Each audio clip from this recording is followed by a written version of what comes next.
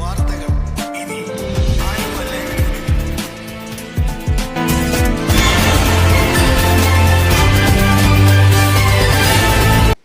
ഏലൂർ നഗരസഭയിലെ 13-ാം വാർഡിൽ ബോസ്കോ കോളനിയിലും 9-ാം വാർഡിൽ ചിറക്കുഴി ഭാഗത്തും വീടുകളിൽ വെള്ളം കയറി.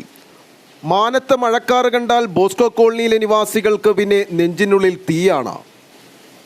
ഏലൂർ നഗരസഭയിലെ 13-ാം വാർഡിലെ ബോസ്കോ കോളനി പവർലൂം ഭാഗത്ത് ഇന്ന് പുലർച്ചയോടുകൂടി വീടുകളിൽ ഉൾപ്പെടെ വെള്ളം കയറി തുടങ്ങി.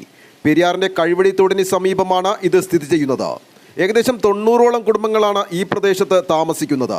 2018-ലും 19-ലും പ്രളയത്തിൽ പെരിയാറിൽ അടിഞ്ഞുകൂടിയിരിക്കുന്ന എക്കൽ മണ്ണ് നീക്കം ചെയ്യാത്തതാണ് വെള്ളം കയറാൻ കാരണമെന്ന് ചില സമീപവാസികൾ പറയുന്നു. ഈ ഭാഗത്ത് നിലവിൽ 20ഓളം വീടുകളിൽ വെള്ളം കയറി കഴിഞ്ഞു. കാലവർഷം ആരംഭിക്കുമ്പോൾ എല്ലാ വർഷവും ചുരുങ്ങിയത് 5 തവണയെങ്കിലും ഇവിടുത്തെ താമസക്കാർ ക്യാമ്പുകളിലേക്ക് മാറേണ്ട സ്ഥിതിയാണുള്ളത്. ഏലൂർ നഗരസഭയിലെ 9-ാം വാർഡിൽ ചിറക്കുഴി ഭാഗത്തും 3ഓളം വീടുകളിൽ നിലവിൽ വെള്ളം കയറിയിട്ടുണ്ട്. കൂടുതൽ വീടുകളിലേക്ക് വെള്ളം കയറുമെന്ന ആശങ്കയിലാണ് പ്രദേശവാസികൾ. നിലവിൽ ഏലൂർ റെഗുലേറ്റർ കം ബ്രിഡ്ജിൻ്റെയും മഞ്ഞുമൽ റെഗുലേറ്റർ കം ബ്രിഡ്ജിൻ്റെയും ഷട്ടറുകളും ഉയർത്തിയിട്ടുണ്ട്.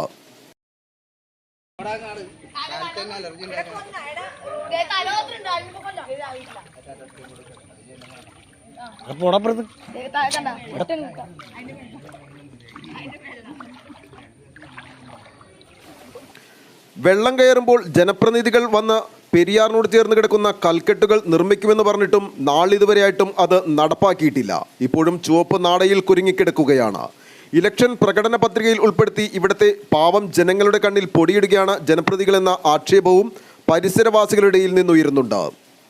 ആലുവ ലൈവ് ന്യൂസിനു വേണ്ടി സിദ്ദീഖ് കാരക്കാടിനൊപ്പം സനൂപ് കളമശ്ശേരി.